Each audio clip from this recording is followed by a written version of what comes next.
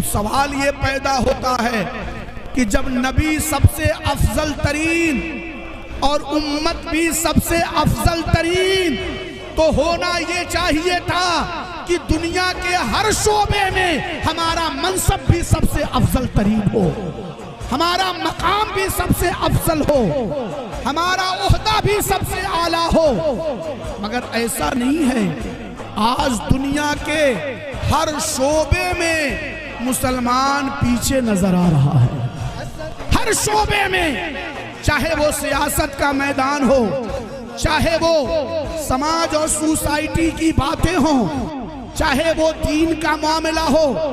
چاہے وہ لیڈری کا معاملہ ہو، چاہے عزت و شہرت کا معاملہ ہو، چاہے اکنامی اور دولت کا معاملہ ہو، ہر شعبے میں ہماری قوم سب سے پیچھے ہے۔ دل تو یہ چاہتا ہے کہ جب نبی سب سے اعلیٰ اور امت سب سے اعلیٰ تو اس کا مقام بھی دنیا میں سب سے اعلیٰ ہونا چاہیے، مگر ایسا نہیں ہے۔ کیوں؟ اس کی وجہ یہ ہے کہ کہیں نہ کہیں سے فالٹ ہے، کہیں نہ کہیں ہم مس کر رہے ہیں، کہیں نہ کہیں ہم نے نبی کی پیروی اور نبی کی تعلیم کو چھوڑا ہے۔ آپ اندازہ لگائیں کہ غور کرنے کی بات ہے، کہاں سے یہ مسٹیک ہوا،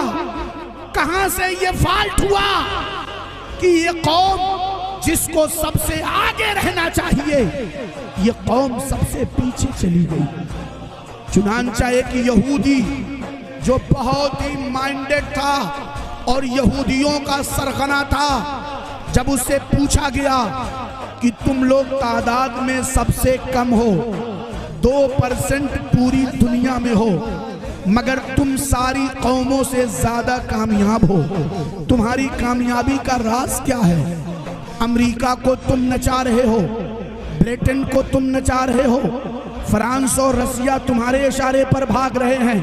عرب ممالک کے بادشاہ تمہارے تلوے چاٹ رہے ہیں، آخر بات کیا ہے؟ 2% یہودی، مسلمان تو 25% دنیا میں ہے، مگر ناکام اور نکمہ ہے۔ اس یہودی نے کہا، سنو، ہمارے پاس اپنا کچھ نہیں ہے، مسلمانوں کے پیغمبر نے جو نسخہ دیا تھا وہی نسخہ ہم نے اپنا لیا، کیونکہ اس نبی پر جب قرآن اترا تو سب سے پہلی آیت جو اتری تھی اس میں یہی کہا گیا تھا، اقرا، پڑھو، علم حاصل کرو، پڑھائی کرو۔ مسلمانوں نے تو پڑھنا نہیں شروع کیا، مگر ہم نے پڑھائی کرنا شروع کر دیا۔ یہی وجہ ہے کہ ہم نے علم کی دولت سے پوری دنیا کو اپنی گرفت میں لے لیا۔